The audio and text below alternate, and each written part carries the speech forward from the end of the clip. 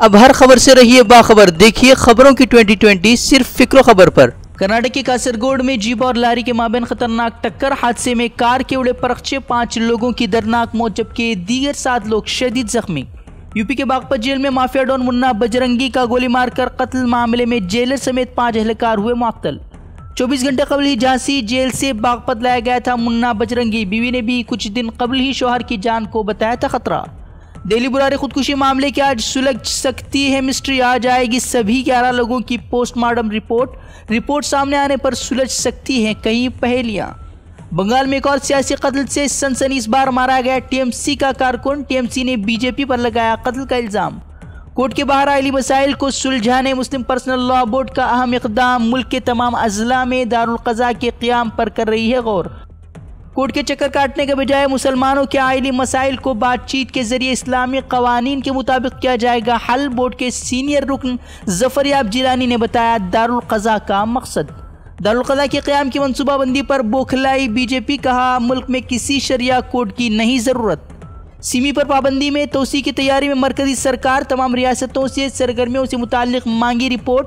तफ्तीशी सहाफ़ी अजित शाही का बयान। सिमी पर पाबंदी के 17 सालों में मरकजी और रियासती हुकूमत किसी भी अदालत में नहीं पेश कर सकी सबूत। इल्ज़ामात में गिरफ्तार 149 नौजवान अदालत से हो चुके हैं बाइज़्ज़त बरी। शाह वक्फ बोर्ड चेयरमैन वसीम रिजवी की बेतुकी बयानबाजी जारी। अब कहा सिंदूर बिंदी पर न दिया जाए फतवा। लोगों की ज़ाती ज़िंदगी में न दखल दे मौलाना। उन पर दर्ज किया जाए गद्दारी का केस।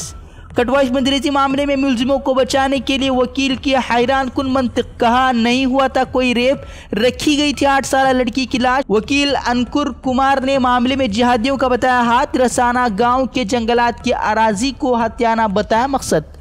कानपुर में गंगा नदी में नहाने निकले 6 बच्चे डूबे। 6 में से 3 की लाश बरामद। 1 को बचाने के चक्कर में सभी की गई जान। निर्भया रेप मामले में आज हो गया हम सुनवाई। मुलजिमिन की सजा बहाल रखने या न रखने को लेकर नजरसानी की अर्जी पर सुप्रीम कोर्ट की बेंच आज करेगी फैसला। रायपुर के गोदाम में लगी भयानक आग। फायर फाइटर की 9 गाड़ियों ने आग पर पाया काबू। लाखों का सामान जलकर हुआ खाक। तुर्की में ट्रेन की पटरी से उतरने से पेश आया हादसा। मुसाफिरों से भरी 6 बोगियां पटरी से उतरने से 24 अफराद की हुई मौत। 70 से ज़ायद अफराद हुए जख्मी। मेक्सिको के मोंटेरे शहर में एक नाइट क्लब पर हमले से मची हड़कंप। हमले में 15 लोगों की हुई मौत। कई जख्मी। हलाकतों में इजाफे का बताया जा रहा है खदशा। थाईलैंड में 15 दिनों से गार में फंसे 12 में से 5 फुटबॉल खिलाड़ियों का किया गया रेस्क्यू। आज भी जारी है रेस्क्यू ऑपरेशन। अभी भी कई लोग गार में हैं फंसे। सऊदी अरब के अल कसीम में चेक पोस्ट पर दहशतगर्दों का हमला। सऊदी फोर्सेस की जवाबी कार्रवाई में 2 हमलावर हलाक। तीसरे को किया गया गिरफ्तार। 1 अफसर और 1 आम शहरी की भी हुई मौत। कल से शुरू होंगे फुटबॉल आलमी कप के सेमीफाइनल मैचेस। फ्रांस और बेल्जियम होंगे आमने सामने जबकि दूसरे सेमीफाइनल में क्रोएशिया और इंग्लैंड के बीच होगी फाइनल के लिए जंग।